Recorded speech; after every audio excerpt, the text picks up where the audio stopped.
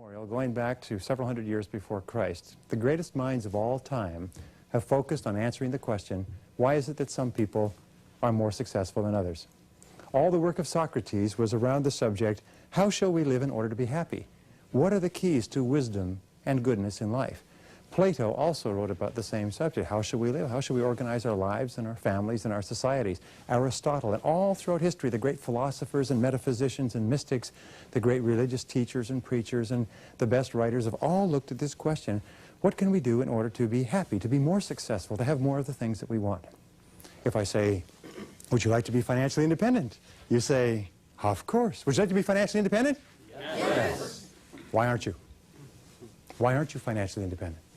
You're making one of the best livings in the history of the world, living in the richest country in the history of the world. Why aren't you a little bit financially independent? And you know what you say? I can't. My bills are too high. My taxes are too high. My costs are too high. My this, my that, my... The fact of the matter is there are people who come over here with nothing from foreign countries and save every single thing that they make and live on half of their income, and 10 years later, working at laboring jobs, they've got 20, 50, 100 people working for them and they're financially independent. Why? It's because they had no limitation. All of our limitations exist within our own minds, and the worst of all is we feel helpless. The second reason why people stay where they are is illustrated by the story of Speedy the Rat. Speedy the Rat is put into a cage, and off the cage there are 4 tunnels. And Speedy is kept hungry, and in the mouth of the 4th tunnel, down here, a little bit of cheese is put.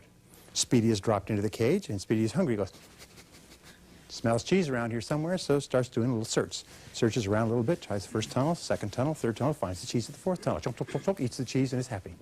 Takes Speedy out, keep him out for 24 hours. He's hungry again. Put him back in. Cheese is in the mouth of the 4th tunnel.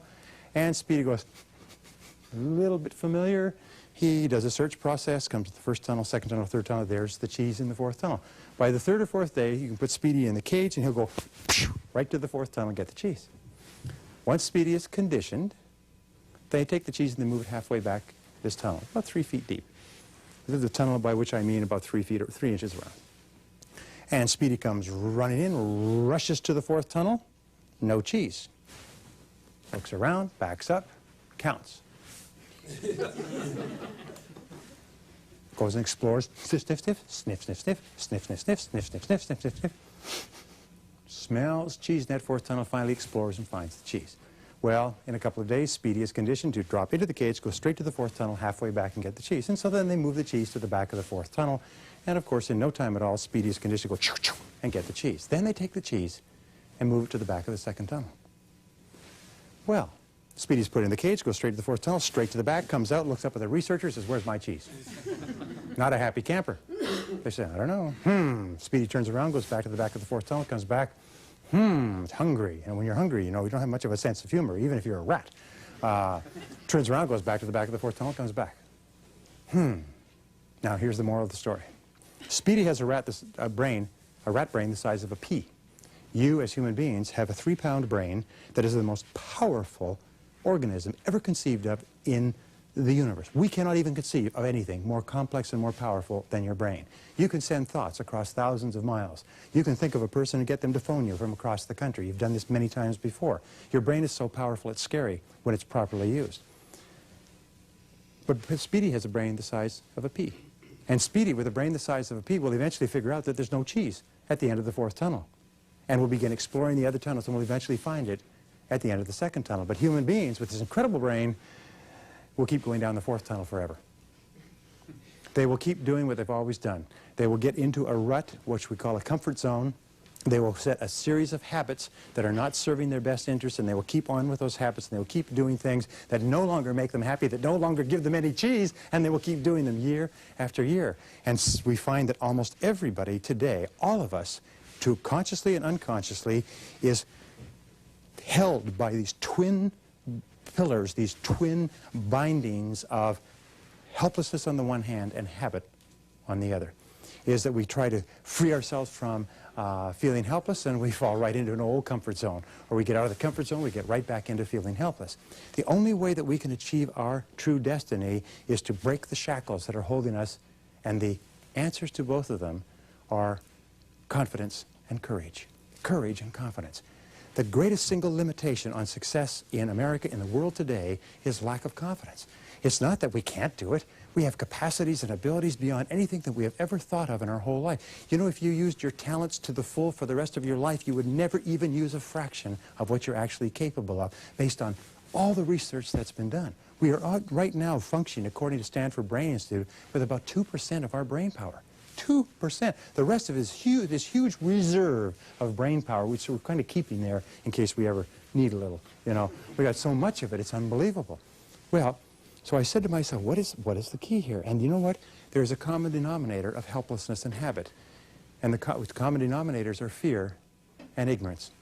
Fear and ignorance. We're afraid.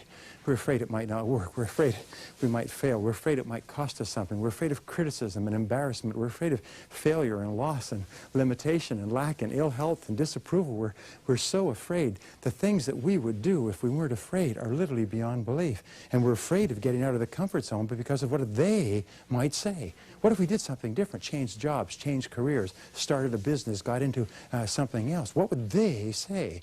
Do you know, I was listening to a psychologist talking the other day. He says, nobody's ever been able to define who they are. But it's they out there. It's the great almighty they that's got us terrified. You know, it's a true statement. We say that when you're in your 20s, you don't care what people think. And when you're in your 30s, you're very sensitive to what people think. And then you get into your 40s. And in your 40s, you realize the great truth is that no one was ever thinking about you at all.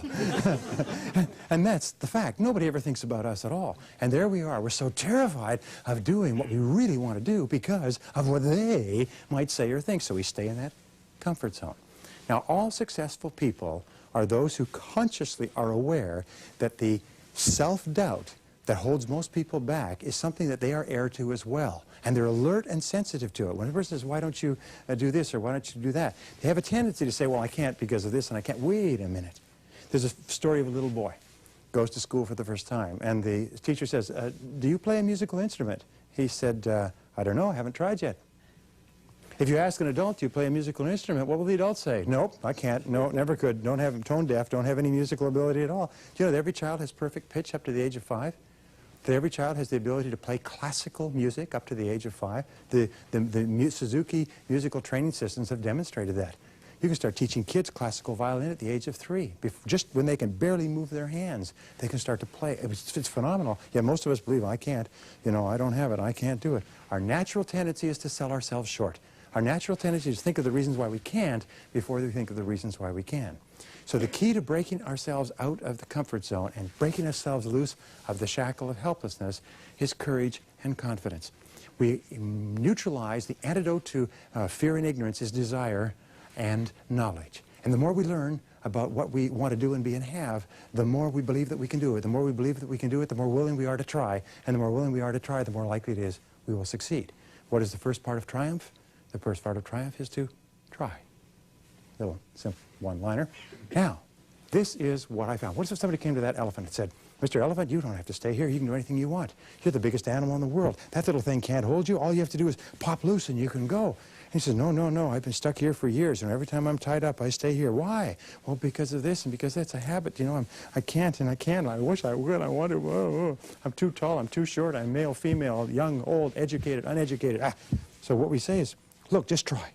Just try. I say, The very thought of trying something new or different is traumatic for most people. All right, I'll try it. All right. Pop. And the elephant thinks, my God, I've been tied up and made to work like a slave all these years, and that's what's been holding me.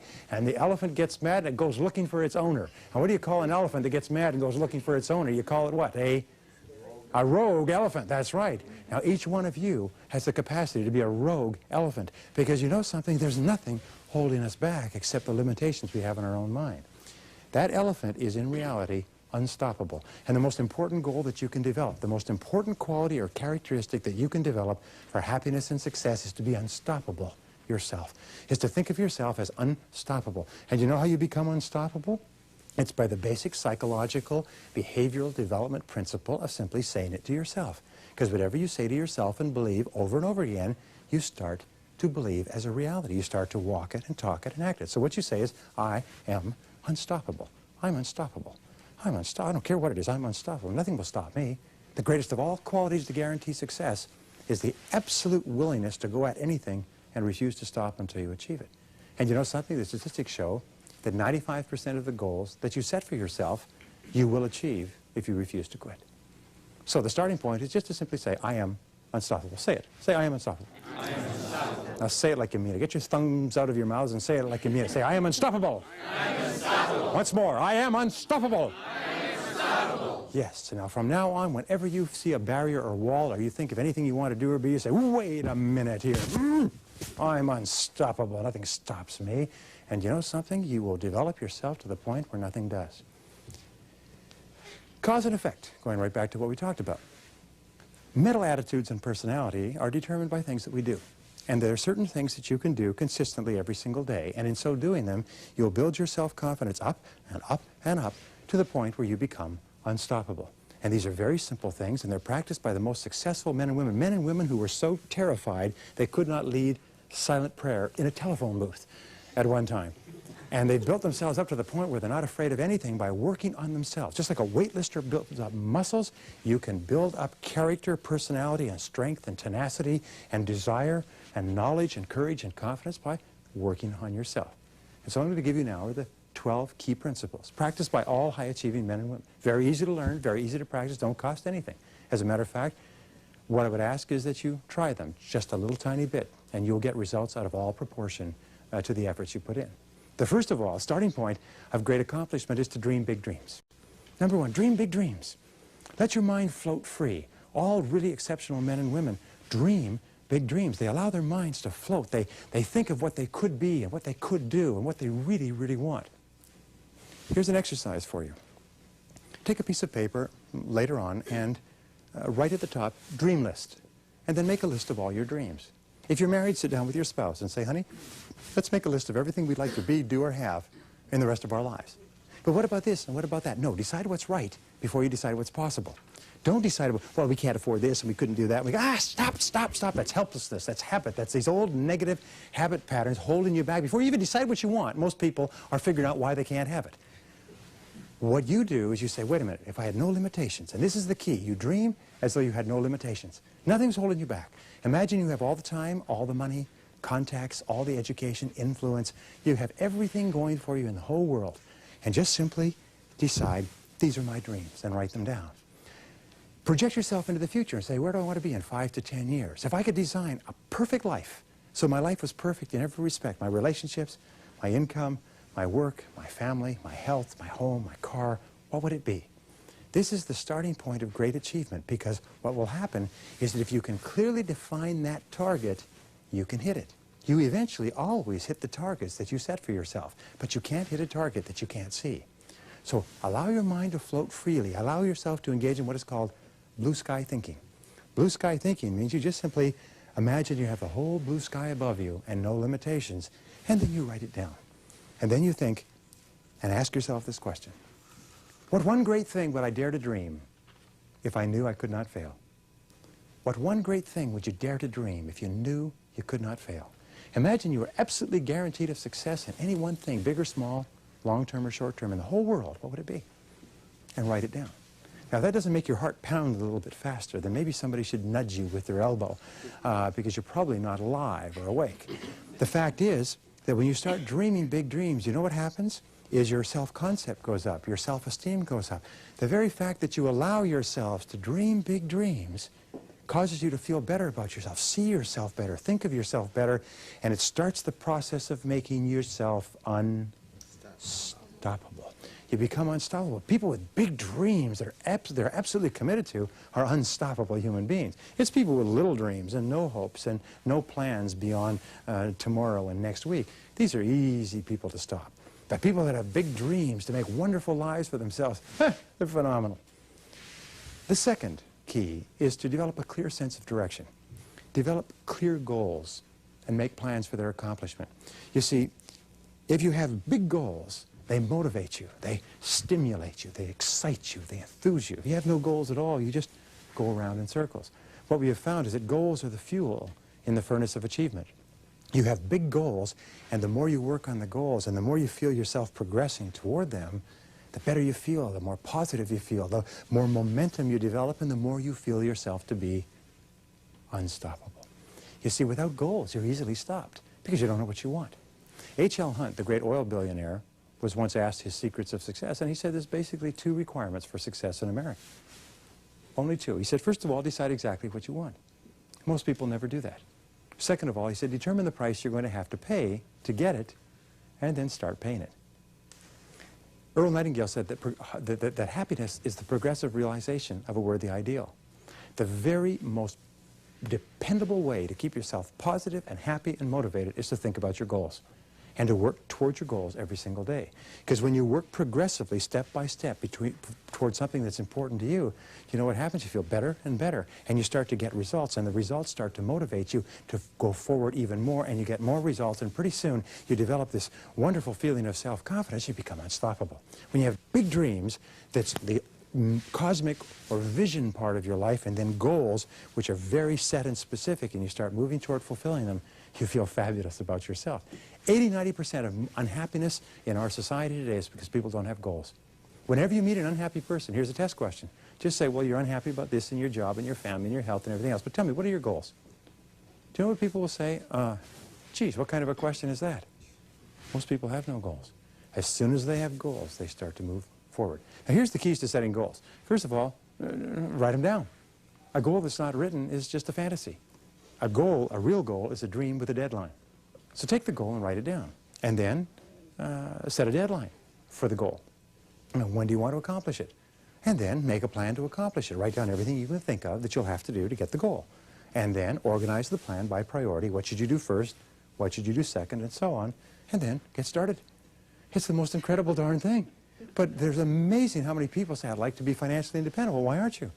To show me your financial independence bank account. Show me your savings account and your plan for how much you're going to put in each week, each month, each year, and where you plan to be in 1 year, 3 years, 5 years, 10 years. Oh, I don't have any of that. I just want to be financially independent. Shut up. Fact of the matter is that once you start moving toward the accomplishment of a goal, the most remarkable darn things happen. Once you have your goal, make a commitment to it.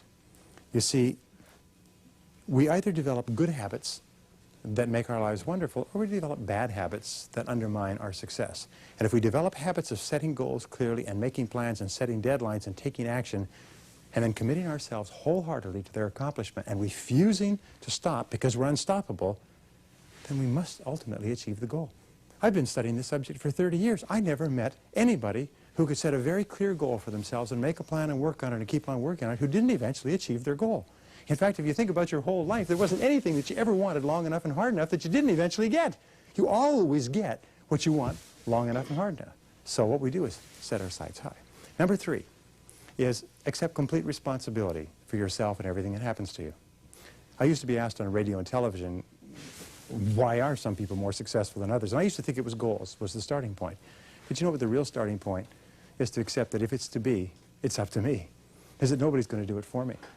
You know, they say that the mark of maturity is when you finally realize that no one is coming to the rescue. No one's coming to the rescue. That the difference between the mature person and the immature person is the mature person accepts that they're totally responsible for their own life, that they are where they are and what they are because of themselves. Now, this is a hard thing to accept, but you have decided exactly every single part of your life today.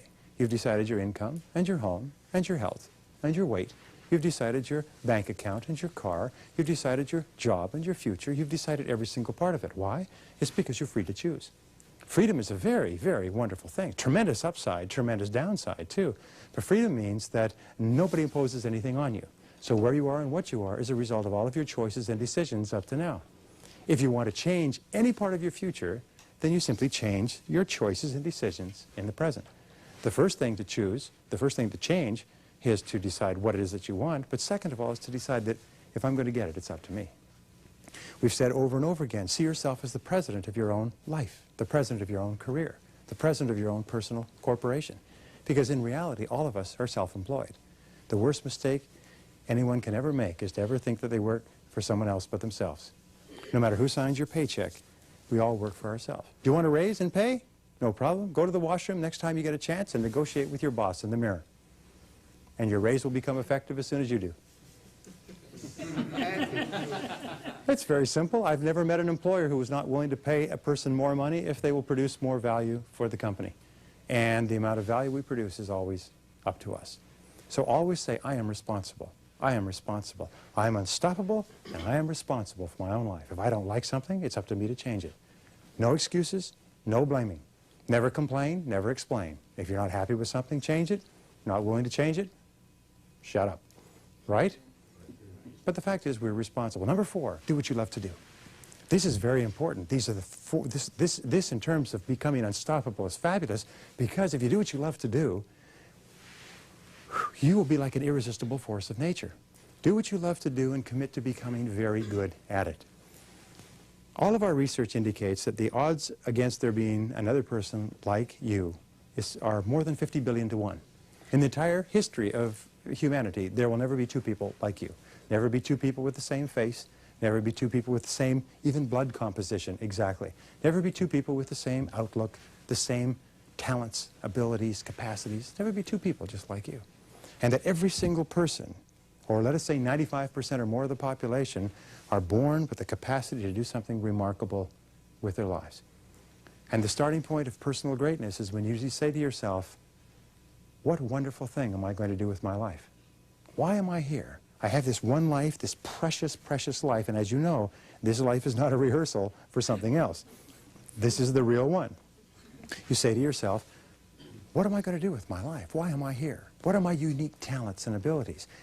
Look back into your life and ask yourself, what is it that you've done in the past that you most enjoyed? What is it that you've done in the past that comes easy to you, but which may be difficult to others? What subjects did you do the best at in school? What are the things that interest you the most? What are the things you like to read about and talk about and learn about? What are the things that hold your attention? What are the things that are indicators that this is where you should be focusing all your talents and abilities? Whatever it is, find it, and then commit yourself to becoming excellent at it. You see, it's not possible for us to be happy unless we know we're good at what we do. A person who's not very good at what they do feels inferior when they're with people who are good at what they do. We've all had this experience, by the way. Being around people who are at the top of their field when we're not, we feel just a little bit kind of overawed, like we're standing in the shadow of their light. And knowing that we're good at what we do makes us feel unstoppable. Yes. So if you are dreaming big dreams and you have clear goals and you accept total responsibility and you're doing what you love to do and you're getting better and better at it, and remember, excellence is a journey, not a destination. It's not a goal at which we arrive any time in life. We just keep working and keep working and keep working.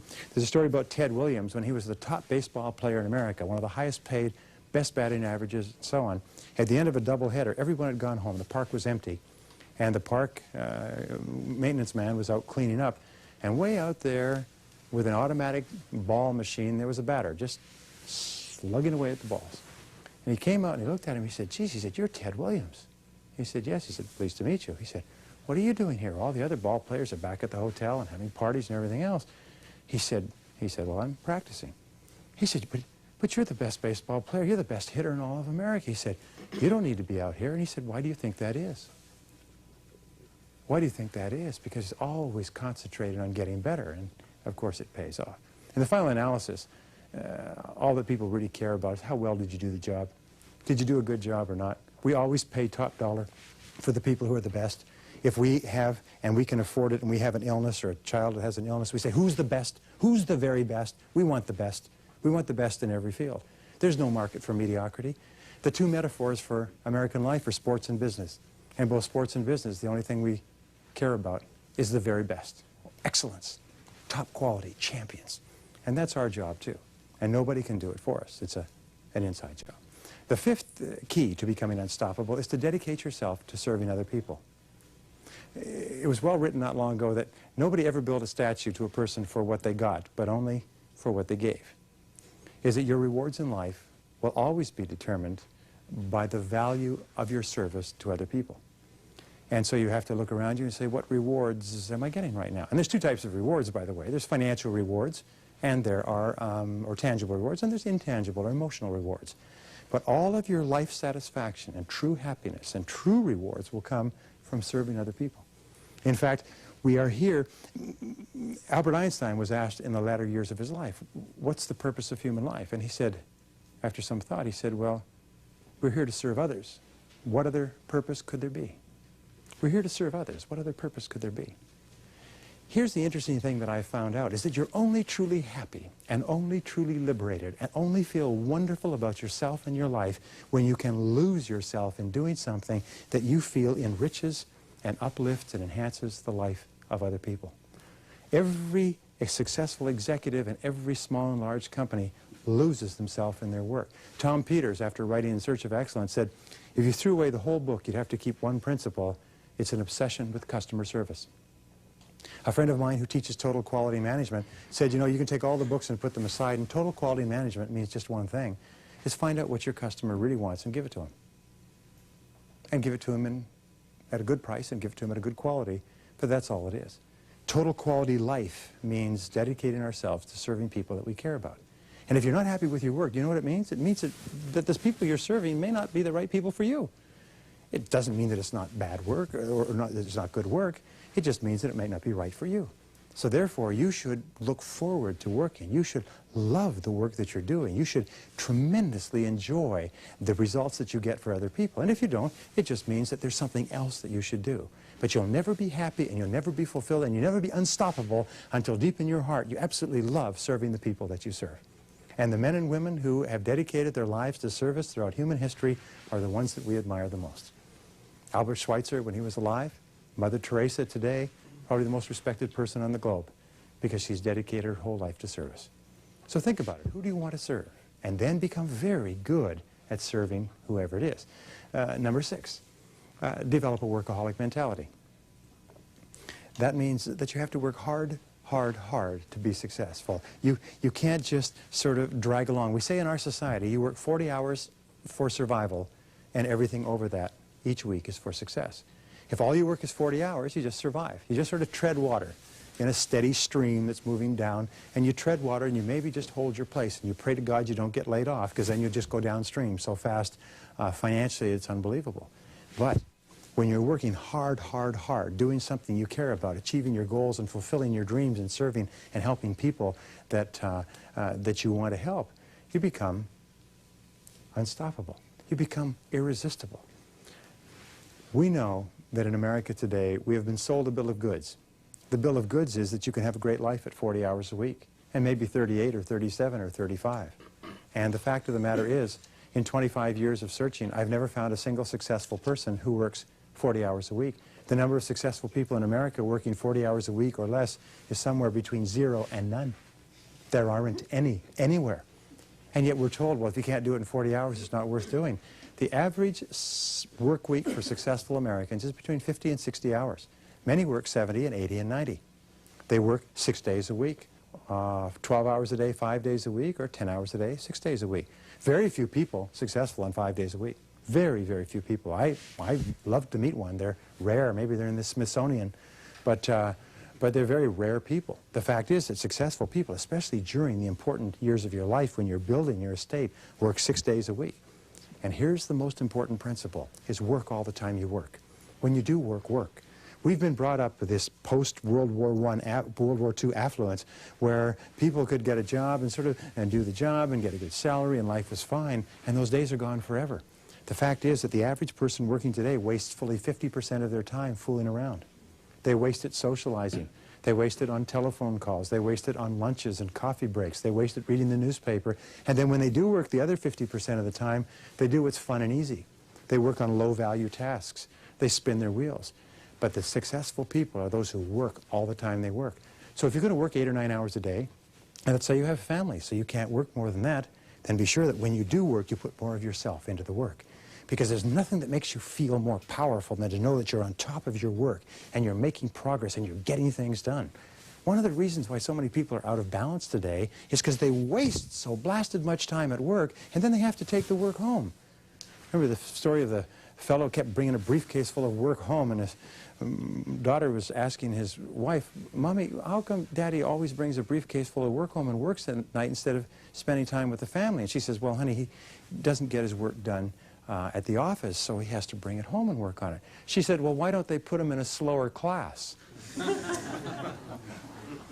When you waste your time at work, what you're saying is, I should be put in a slower class, and sooner or later you'll be put in a slower class. That always happens. It's called unemployment, downsizing, and things like that. Number 7 is be an unshakable optimist. Be an unshakable optimist. This is wonderful. In other words, always look for the good in every situation. We know that a positive mental attitude is a foundation of a healthy, happy life. A positive mental attitude, an attitude of absolute confidence and determination that you can and be and do whatever you want, it goes hand in hand with all great success. The work on positive attitude concludes this, that how you feel about yourself is based on 2 or 3 factors. First of all, it's the way you look at situations. If you look for the good in other situations and other people, you always find it. You always have a tendency to find what you do look for. If you look for the valuable lesson in every setback, and every single day you're going to have setbacks and obstacles and difficulties and disappointment and so on, just look for the valuable lesson. The most important of all is the work done at the University of Pennsylvania, which concludes that we are optimists to the degree to which we control our explanatory style. Explanatory style means the way we interpret things to ourselves. If you interpret things to yourself in a positive way, you're going to be positive. If you interpret them in a negative way, you're going to be negative. So superior people are consciously taking everything that happens to them and looking for a positive way to put a twist on it. Here's an example. My friend Wayne Dyer says, would you like to have a happy childhood? Because he says, it's never too late to have a happy childhood. You can have a happy childhood whenever you want. How do you do it? What you do is you turn around and you look back and you reinterpret the events that were so upsetting at the time as being events that were positive and that helpful, and they built your character, and they taught you what you didn't want and what you wanted more of. They gave you direction to change and so on. In other words, if you take the time and you have some fun, you can take any negative situation you've ever had and you can turn it around and you can find something good in it, and by so doing, you become a positive person.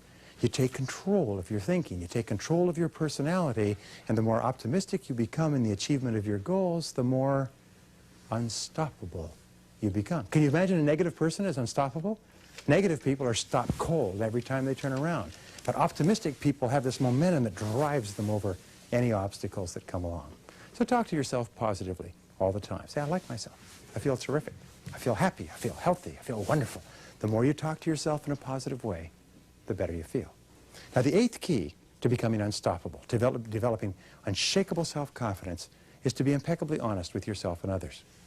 What we have found is that truly successful people are absolutely honest and objective with themselves and their worlds. They practice the highest of integrity. There's nothing that so undermines your confidence and so weakens your resolve than feeling inside that you're not doing or saying the right thing. Shakespeare said, "To thine own self be true, and then it must follow as the night the day, thou canst not then be false to any man." Now, internal integrity, being true to yourself, being true to the very best that is in you, is the starting point. But the outward expression of it is doing what you do in a quality way. You see, the work that you do with your hands, the work that you choose to hand in, the work that you choose to represent, that would be a symbol of you, is a mark of your true level of integrity. A person who has a high level of integrity does excellent work. A person with a low level of integrity does whatever they can get away with. A person says, well, I'm a very honest person, as long as you don't give me a temptation. And the fact of the matter is, you can ask people, you say, an honest person? Yes, I am. Well, what if you could steal $1 million and nobody would know? Well, tell me about it. So basically, you're just a thief looking for an opportunity. Because a truly honest person, a person of high character, is a person that would not compromise their integrity for anyone or anything. Once you decide to be true to yourself, then the next extension, aside from your work, is to live in truth with others. Living in truth with others is one of the hardest and most challenging things we ever do. But it's also one of the great builders of your soul or destroyers of your soul. Because almost all of our problems in life talk back. Almost all of our problems in life come with hair on top. They come with 2 legs. And you find that men and women who are truly together as human beings are completely honest and direct with other people. If they're not happy with a situation, they say, I'm not happy with this situation. That doesn't mean you go and punch somebody in the face when you're not happy. It just means you say, I'm not happy with this situation, and I'd like to find a way to rectify it. And if the other person isn't willing to work with you to make you happy in the situation, you don't want to be in that situation anyway. It's absolutely amazing how many people stay in situations where the other person couldn't give a damn whether they were happy or not. And then they try to make the situation work. And they ask me for advice on how to make the situation work. And I say, I'm sorry, I can't help you. The fact is that if you live in truth with others, it means that you're perfectly honest with other people. And when you're perfectly honest with other people, you feel better about yourself. You feel stronger inside. Here's the key. Set peace of mind, the greatest of all human goods, as your highest goal. Set peace of mind as your highest goal and make everything else you do fit underneath it. Refuse to compromise your peace of mind for anything. And you know what? If you do, you'll probably never make another mistake. If you set peace of mind as my highest goal, and you say everything that I do or don't do from now on is either going to give me a sense of inner peace or I'm not going to do it. It takes tremendous courage to do this. But if you do it, you feel terrific about yourself. You feel powerful inside. You feel so good about yourself. You feel so focused and so light and so happy. But if you compromise your peace of mind, it's like kicking the chair out from under you psychologically and emotionally. So just refuse to compromise your peace of mind. Refuse to do it if you don't feel good about it. Listen to your inner voice. And number 9, develop a reputation for speed and dependability. In a survey of 104 chief executive officers a couple of years ago, they asked them, what qualities would most put a person onto the fast track for promotion in your company? And they almost unanimously answered the ability to set priorities and get the job done fast. The ability to pick what's important and then to get on with it and get the damn job done. Do you know, today, time is the currency, the key source of value of the 90s and beyond. And today, we value people who do things for us fast. Today, as a matter of fact, they have what is called queuing theory. When there's a queue and people join the queue, they say, and they estimate this all the time, how long a queue will a person join before they walk away and not buy any? It used to be 7, then it was 6, now it was 5, then it's 4. You know what queuing theory today is? It's 3. Person will walk, if there's 3 people in line, if that line is not moving, forget it, I won't buy it, I'll get it somewhere else. That's why they have to have people on almost like alert when people start to approach checkout counters or desks in banks. They watch, because as soon as there's 3 people, they better get up there, or those people will walk away, change their accounts. We don't even know we want it till today, now we want it yesterday. Isn't that right? When you sell products or services, it may take you 2 or 3 months to get the order, and now they want it last week. And they're very insistent it be delivered immediately, or they buy it from someone else. It's a most incredible thing. So therefore, get a reputation for having a sense of urgency. Get a reputation for having a bias for action. Get a reputation for fast tempo. Move fast, move quick. If a person asks you a question, you don't say, well, I'll get back to you next week. Get back to it now, quickly, as fast as you can.